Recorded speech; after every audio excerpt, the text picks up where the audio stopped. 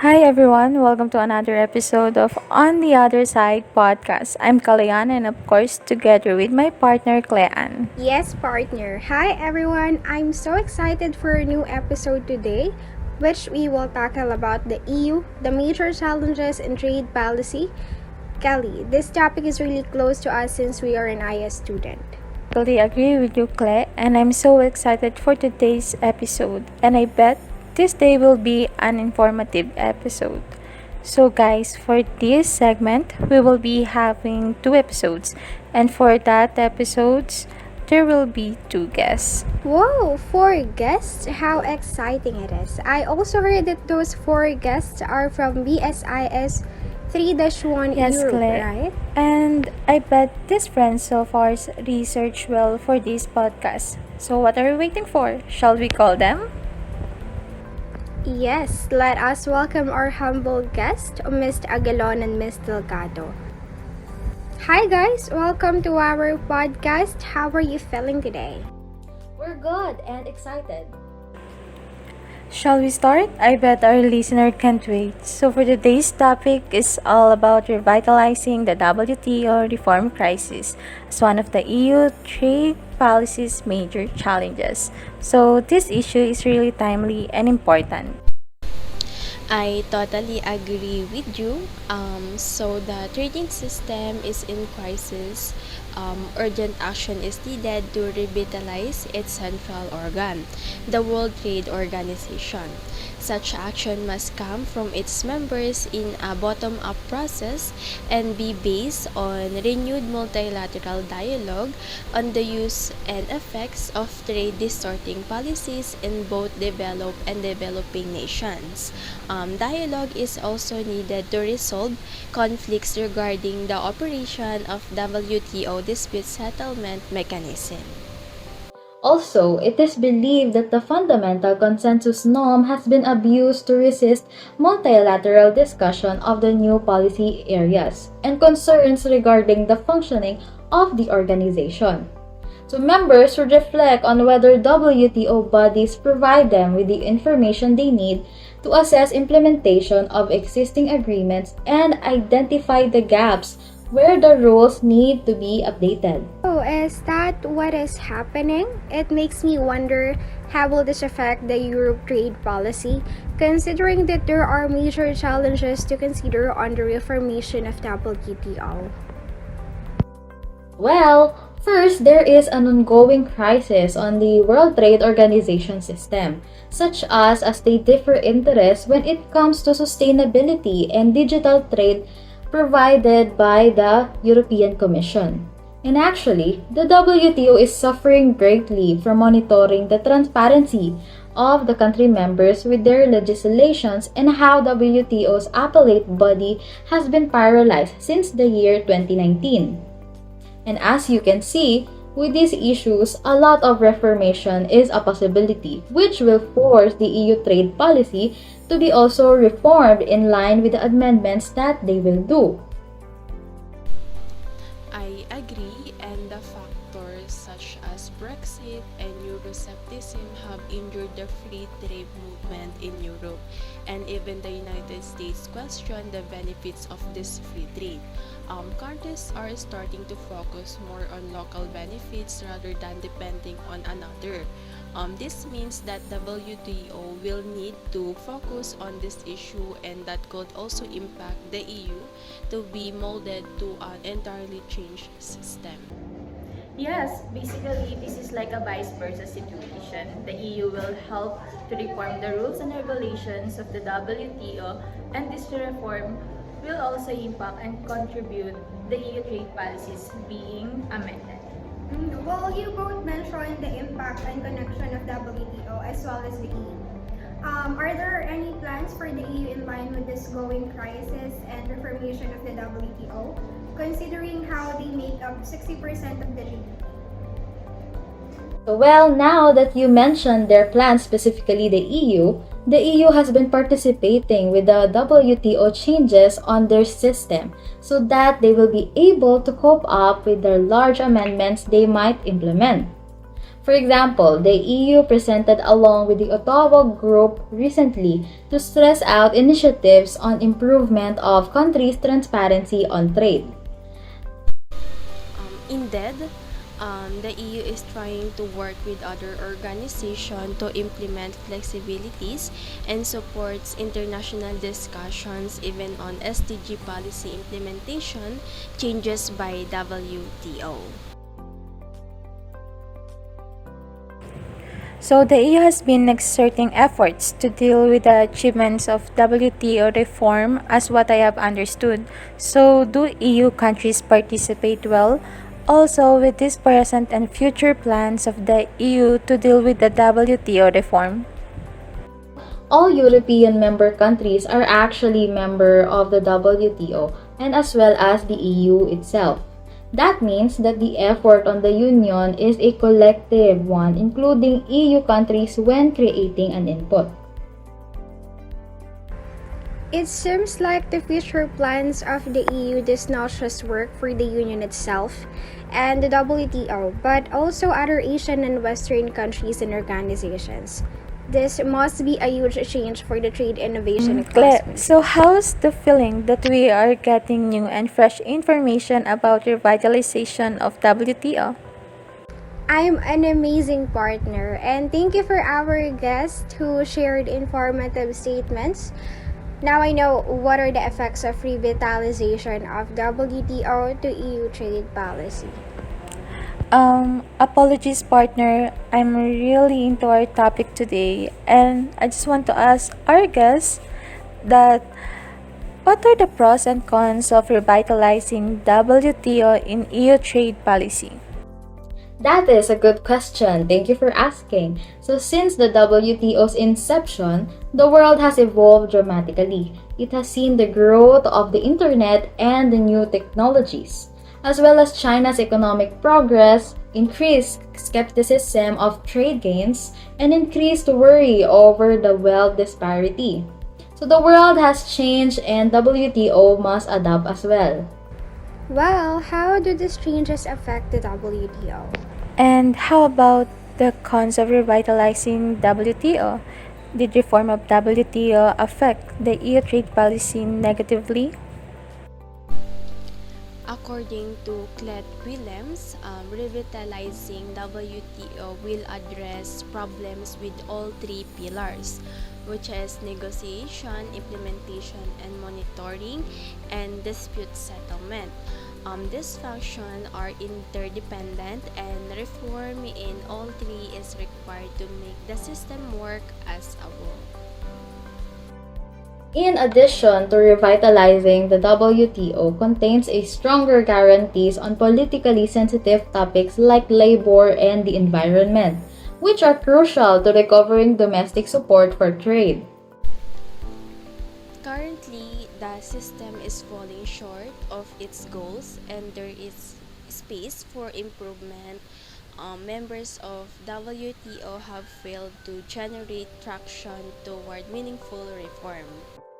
Some blame the US for neglecting to make detailed ideas on dispute resolution, while others blame the European Union for failing to adequately address the US concerns.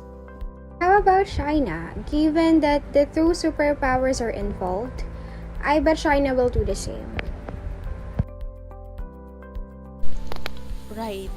They also accused China for refusing to engage in discussion about its practices, and India for spearheading the push to keep large emerging economies on the list of privileged developing countries.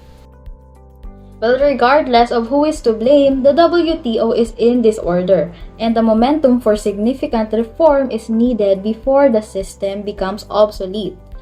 Members should resolve ongoing negotiations quickly while thinking big about the future and dramatically increasing their levels of ambition to catalyze momentum.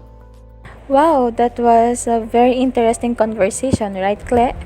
Yes, Kelly, that was very informative. As we proceed to every topic, our conversations are getting more and more interesting. Yes, I totally agree with you, Clay, and this discussion of ours is full of information. Indeed, Kelly. This crisis has a great impact on the whole international arena, not just to EU trade policy. So the real question is, can the EU manage this problem? Do you guys have any insight about it? Yes, and according to the European Commission, the EU proposes and has urgent to reform the WTO system. It is one of their steps in order to manage the crisis, to promote WTO reform. They also mentioned that yes, trade is vital for their economy, but promoting rule-based international cooperation is one of the very essence of the EU. So that it means that the EU must play a leading role in creating momentum and change for a meaningful WTO reform, right? Exactly. The EU also mentioned several aspects that would help to achieve a meaningful WTO reform. They must restore the trust and a sense of common purpose. Restore a fully functioning WTO dispute settlement system with a reformed appellate body, and to achieve a more effective negotiating functions. That is the approach of the EU. According to the EU, the WTO rules must be updated or modernized to reflect the economic and trade realities of the 21st century. You mentioned the word modernized. The urge to establish a new rule on digital trade, services, and investment falls into it, right? This will be a great response to the digital transformation of the economy. I totally agree with you, Clay. It seems that the EU is working with another international organizations and even states in this matter. Yes, Kelly, this issue should be addressed and solved cooperatively. Member states and other international organizations, should join forces to solve this issue. Indeed. And I have a plentiful takeaway from this discussion, Clay. Thank you, Miss Agulion and Miss Delgado. Just this is the part where we need to share our key takeaway from our discussion, right, Kelly? You're right, Clay. Should I start? So my takeaway here, partner, is mentioned by our guest. This issue is crucial, very crucial, and for the EU and to the international arena, since WTO is the body that regulates the trading in the international arena. And due to its failure and negligence, many suffer. And one of them is the EU and its trade policy. And I admire the EU for being one of the major actors that propose WTO reform. And yet, this crisis will not be solved without the help of others. Yes, partner, this crisis is all about collaboration. Collaboration of the member states and even other international organizations. If the WTO continues to fall, international Indeed, trading will Clay. suffer. And this episode is so very exciting, really exciting. We will be ending now. Sorry, guys. We will be ending this part 1 of the podcast. And again, this is the end of our part 1 entitled Revitalizing the WTO for the segment of EU, the major challenges in trade policies. We'll see you in part 2. Bye-bye.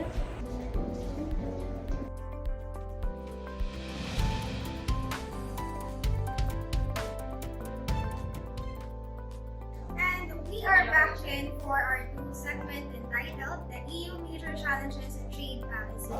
Partner, before we proceed to discuss our next episode, how are you feeling right now? I'm fine, partner. And after I read and see our topic or our next topic for today, I have mixed emotion right now because this topic is concerning about the life of individual person. Well, yeah, for today's episode, our topic is about protectionism.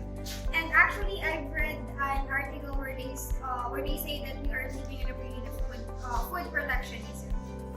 And as we are talking about this, food protectionism is currently on the rise in the developing world as governments strive to protect local supply, and the consequences are threatened to spill over into richer nations.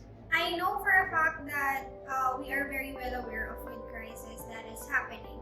The food crisis is not a new issue for us, right? Yeah.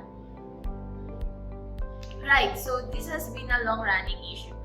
The evidence of the food crisis is seen all throughout the world as the percentage of people suffering from starvation rises.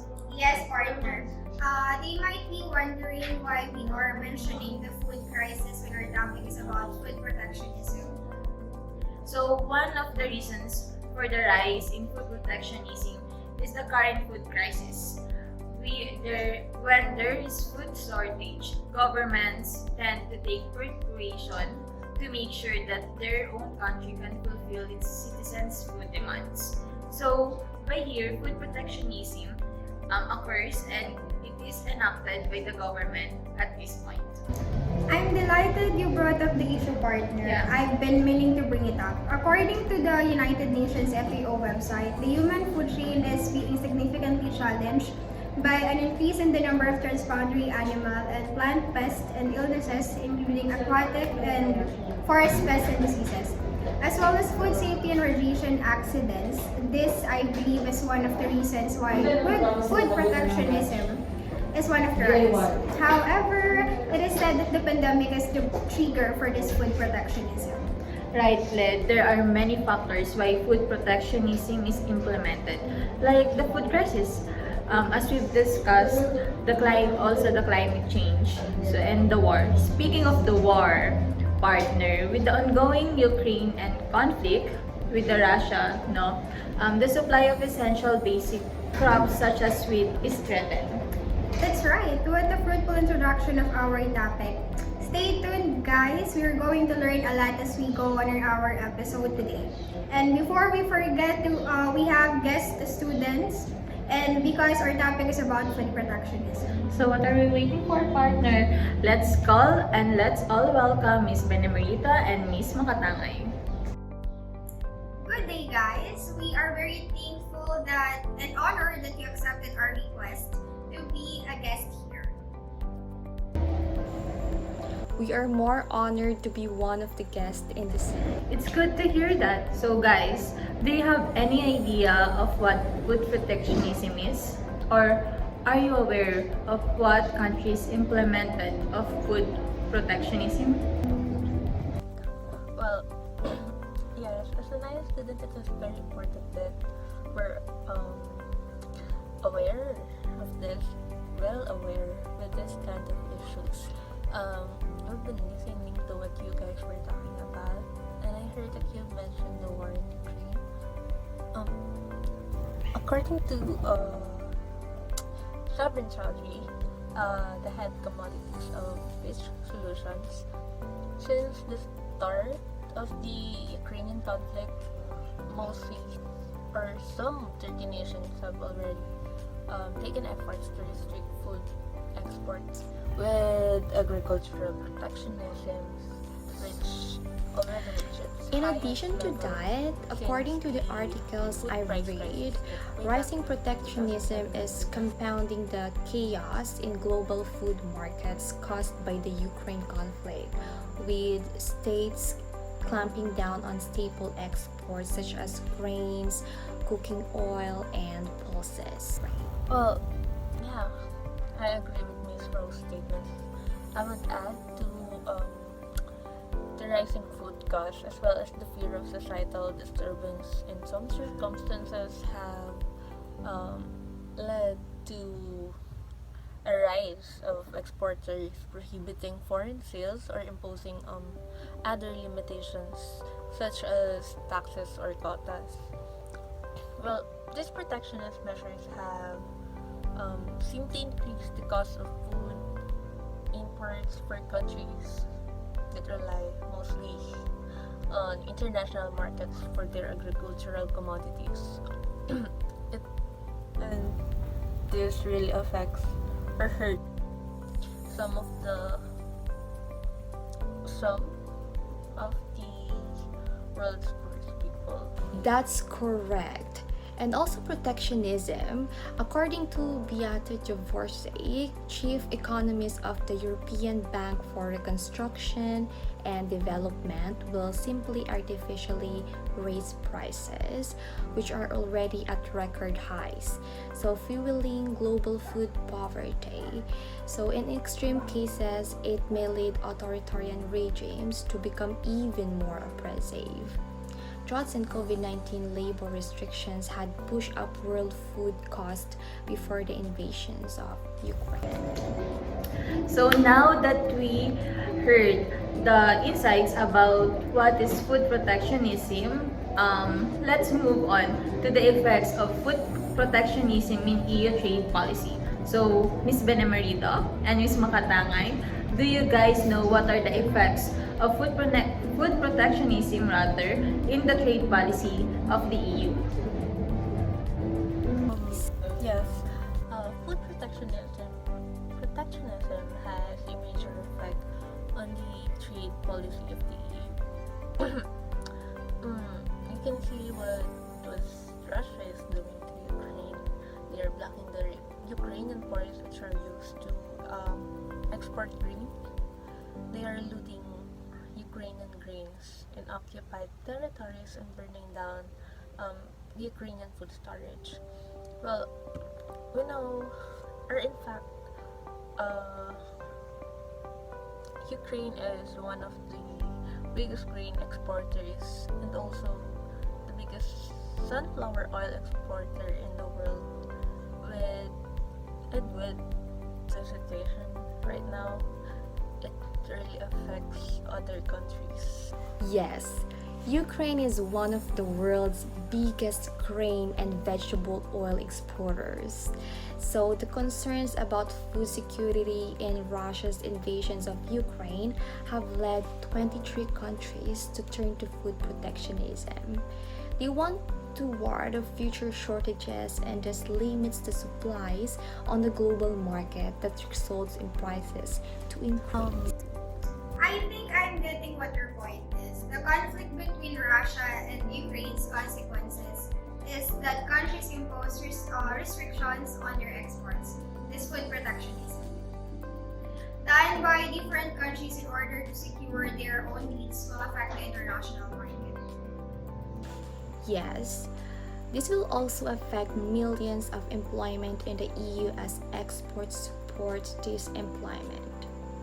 This will have an impact on the EU trade policy as trade in products and services contributes significantly to enhancing sustainable growth and job creation. What about the pros and cons of this issue to the EU trade policy? Well, the primary pros of the EU trade policy is that it safeguards business and occupations. The point of protectionism is to safeguard the industry and occupations. The dispute rests on the way that in the event that worldwide contenders are permitted to disagree, homegrown firms will be demolished.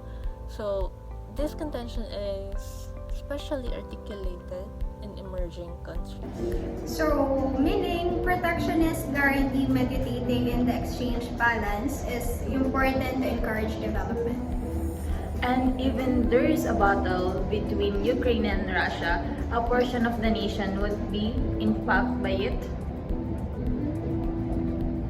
Well, it tends to be non-partisan since some of the nations are impacted by the conflict, but since there are existing protectionism, it limits the terrible impacts of it in different nations. For the cons of protectionism and on the grounds that more exorbitant cost a portion of the typical purchaser has less decision yet to get it. In any case, it has been tried and is generally utilized on European streets. Simultaneously, there are many different items that don't satisfy specific guidelines. regardless of whether those principles are sensible, is another inquiry. And by the way, they consequently diminish the decision of the typical buyer. So, due to the cost, even it isn't quality a portion of the customer can it sense its their requirements. Indeed, that is correct. And I hope that EU can manage this situation sooner. So it's not good anymore. It will take much longer. Yes.